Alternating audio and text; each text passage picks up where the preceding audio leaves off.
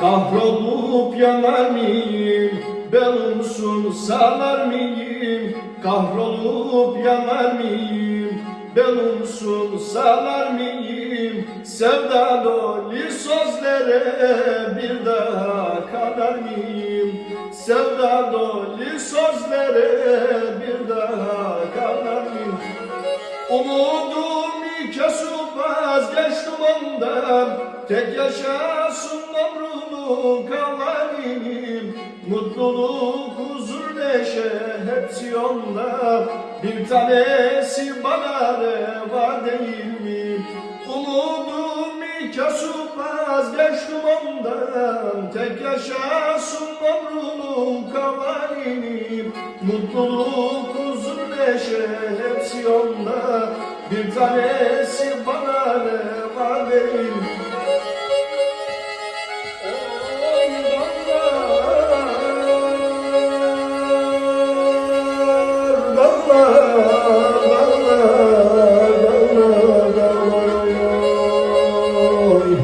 Geldim yaz aylarım, şenlendim yollarım.